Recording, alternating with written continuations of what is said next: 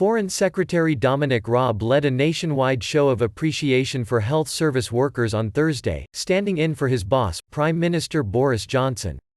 In what has become a weekly event, organized largely on social media via the hashtag #ClapForCarers, people across Britain gave a round of applause at 8 p.m. for the National Health Service (NHS). The public display of support has become a moment of national unity and emotional release during the anxiety of Britain's lockdown.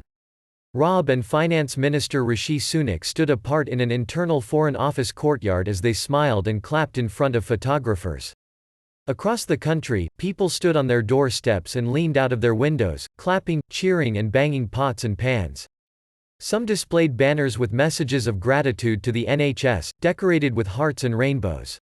The London Eye was lit up in blue, the colour of the NHS logo, as was the tip of the Shard skyscraper and a billboard in the eerily deserted Leicester Square. A ticker on one building read, "Thank you to our amazing NHS workers."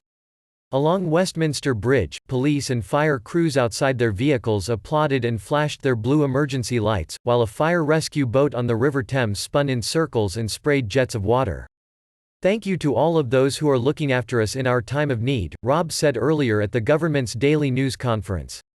"For the doctors and nurses who have died of coronavirus whilst caring for others, we will never forget their sacrifice, we will never forget their devotion to helping others," he added.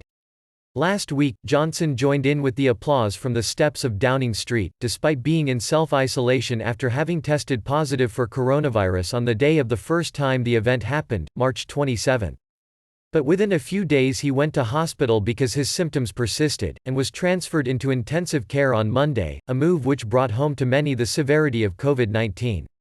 Johnson left intensive care on Thursday evening but remains in hospital.